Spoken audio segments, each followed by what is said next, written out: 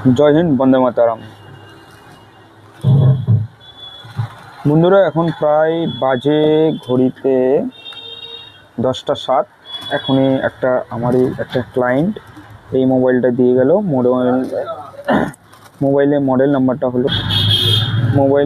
নাম্বারটা হলো Oppo F29 Pro। Oppo F29 Pro মোবাইলে এমনি সব ঠিকঠাকই আছে, কোনো প্রবলেম নেই, কিন্তু প্রবলেমটা হলো কি চার্জে দিলে চার্জ উঠছে না বা চার্জিং কানেক্ট হচ্ছে না। তো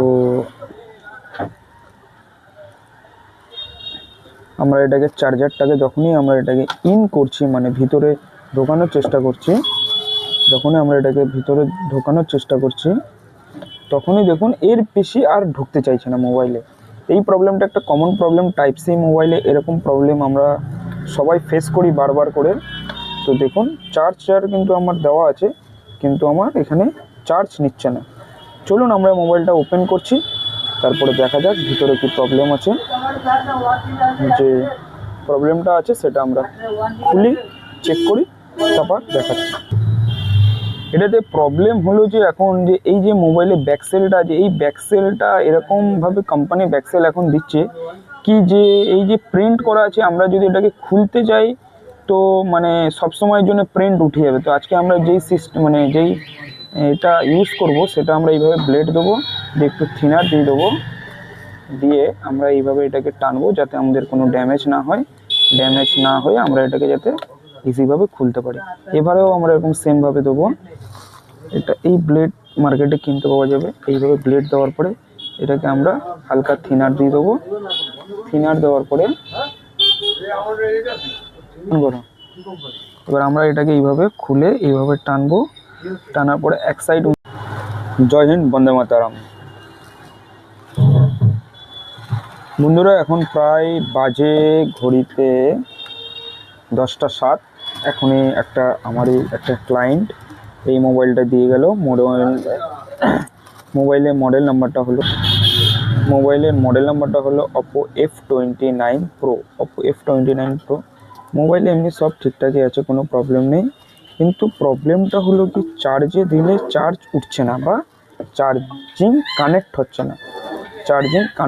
না। তো আমরা এটাকে চার্জারটাকে যখনই আমরা এটাকে ইন করছি, মানে ভিতরে ঢোকানোর চেষ্টা করছি, তখনই দেখুন এর বেশি আর ঢুকতে চাইছে না মোবাইলে। এই প্রবলেমটা একটা কমন প্রবলেম, টাইপ সি মোবাইলে এরকম প্রবলেম আমরা সবাই ফেস করি বারবার করে।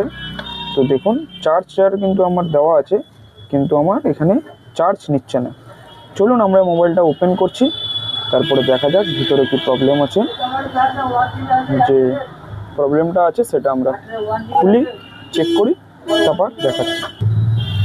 এটাতে প্রবলেম হলো যে এখন যে এই যে মোবাইলে ব্যাকসেলটা আছে, এই ব্যাকসেলটা এরকমভাবে কোম্পানি ব্যাকসেল এখন দিচ্ছে কি যে এই যে প্রিন্ট করা আছে, আমরা যদি এটাকে খুলতে যাই তো মানে সবসময়ের জন্য প্রিন্ট উঠে যাবে। তো আজকে আমরা যেই এটা ইউজ করব সেটা আমরা এইভাবে ব্লেড দেবো, দিয়ে একটু থিনার দিয়ে দেবো, দিয়ে আমরা এইভাবে এটাকে টানবো যাতে আমাদের কোনো ড্যামেজ না হয়ে আমরা এটাকে যাতে ইজিভাবে খুলতে পারি।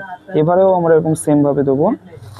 এটা এই ব্লেড মার্কেটে কিনতে পাওয়া যাবে। এইভাবে ব্লেড দেওয়ার পরে এটাকে আমরা হালকা থিনার দিয়ে দেবো। থিনার দেওয়ার পরে এবার আমরা এটাকে এইভাবে খুলে এইভাবে টানবো।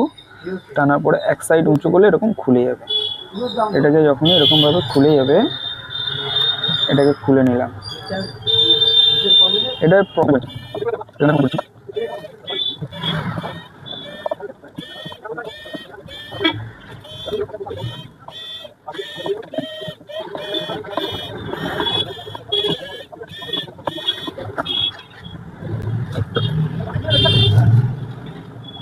ভিডিও ফোকাসটা দেবে কিন্তু।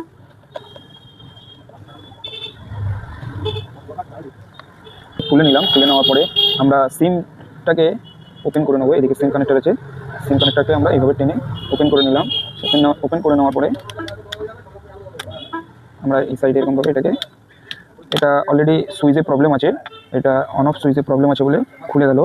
এটা অনেক সময় খুলে যায়। তো আমাদের যেটা মেন কাজ সেটা হলো আমাদের ইউএসবি প্রথমে আমরা এটাকে ব্যাটারি কানেক্টরকে ওপেন করে নেবো, করে নিলাম।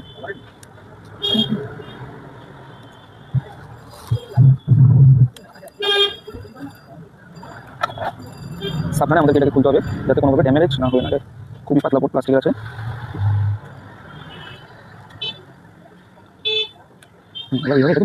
চলুন এবার আমরা মেশিনেও দেখানোর চেষ্টা করব।